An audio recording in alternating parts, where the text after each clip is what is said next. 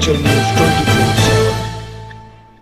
नमस्कार, स्वागत है आपका हिमाचल न्यूज 24/7 में और मैं आपके साथ रीना सहोत्रा।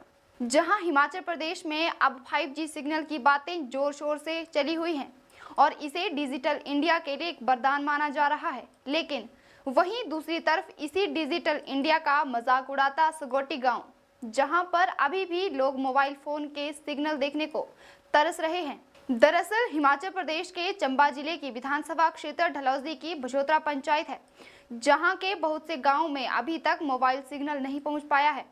एक तरफ सरकार डिजिटल इंडिया के बड़े बड़े दावे पेश कर रही है, दूसरी तरफ वही दावे यहां से सगोटी गांव में इस WLL फोन में कॉल करने के इंतजार में लंबी लाइन में घंटों खड़े इंतजार करते लोगों को देखकर ये दावे बिल्कुल खोखले साबित हो रहे हैं।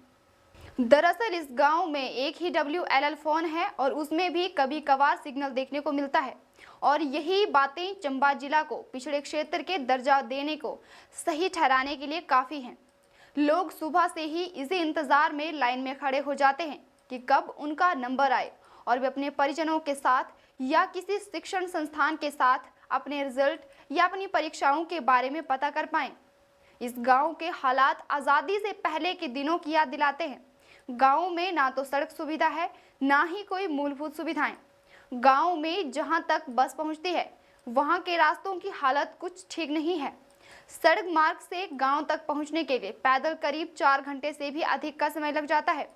आप खुद ही अंदाजा लगाइए कि जब कोरोना के समय में पूरे देश के छात्र ऑनलाइन कक्षाएं लगा रहे थे तो यहाँ के छात्रों ने कैसे शिक्षा ग्रहण की होगी। यहाँ रह रहे ग्रामीणों ने बताया कि उनके गाँव में मूलभूत सुविधाओं की बहुत कमी है। उनका गांव सड़क मार्ग से नहीं जुड़ पाने की वजह से उन्हें करीब 4 घंटे तक पैदल सफर कर बर्फबारी में अपनी मंजिल तक पहुंचना पड़ता है। ग्रामीणों ने बताया कि इस गांव में मोबाइल का सिग्नल भी नहीं है, जिसकी वजह से उन्हें कभी आपातकाल में बहुत ही दिक्कत होती है। उन्होंने बताया कि वे इस तरह से अपना जीवन यापन कर रहे हैं जैसे लगता है वे जानवरों से भी बदतर अपनी जिंदगी बिता रहे हैं।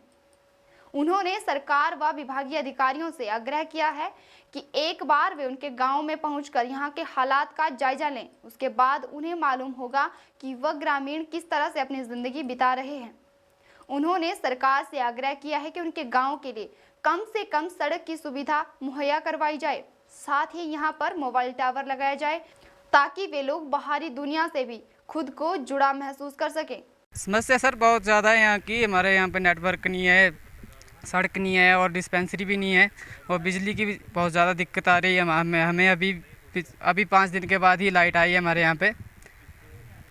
सर काफ़ी ज़्यादा यहाँ पे हमारे बच्चे भी पढ़ रहे हैं, हमारे भाई बहन पढ़ रहे हैं, उनको ऑनलाइन क्लास से लगाने के लिए यहाँ से 7 या 8 किलोमीटर दूर जाना पड़ता है। दिक्कतें सर दिक्कतें ही हैं, मतलब बोलने का मतलब कि गिनाने में लगे तो पूरा दिन लग जाएगा।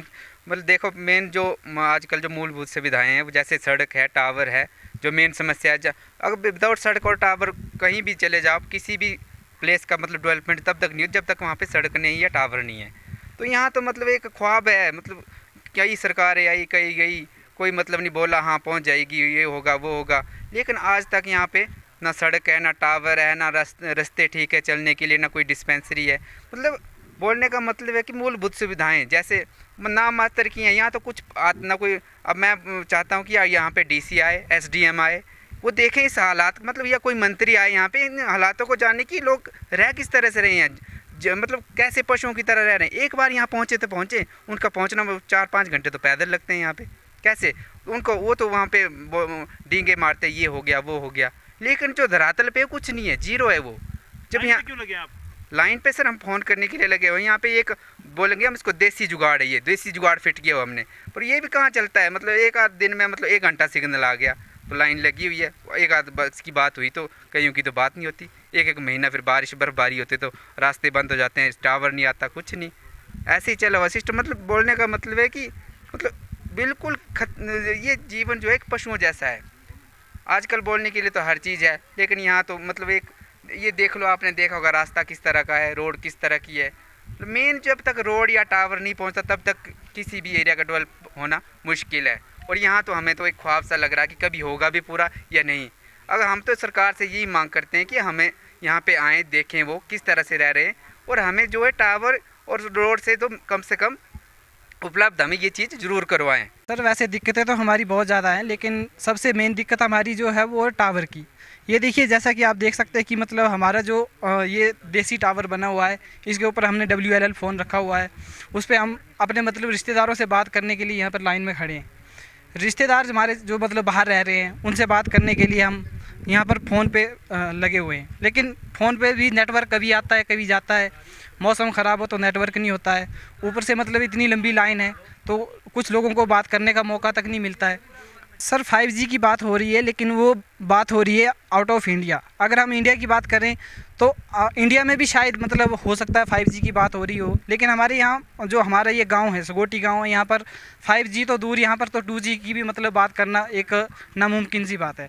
यहाँ पर तो हमें मतलब सिर्फ मतलब नेटवर्क तक भी अवेलेबल नहीं है, तो 5G तो बहुत दूर की बात है। और डिजिटल इंडिया तो बहुत दूर, हमारे लिए तो एक सपना है। सर काफ़ी मतलब 1947 में हमारा देश आज़ाद हुआ, 75 साल हो गए हैं, तो काफ़ी सरकारें आई, काफ़ी नेता आए, मतलब कि हम ये करेंगे वो करेंगे, काफ़ी आश्वासन दिए गए, लेकिन आज तक जो है हमारी मूलभूत सुविधाएं जो है वो हमें उपलब्ध नहीं कराई गई। तो हमारे लिए तो ये सिर्फ मतलब एक सबसे दुख बात है। क्या मांग करते हैं आप? मांग तो हमारी सर यही है कि हमारी जो मूलभूत सुविधाएं जैसे सड़क नहीं है, टावर नहीं है, वो हमें मतलब प्रोवाइड किया जाए। हिमाचल न्यूज़ 24/7 के लिए चंबा से सपना के साथ अजरुद्दीन की रिपोर्ट।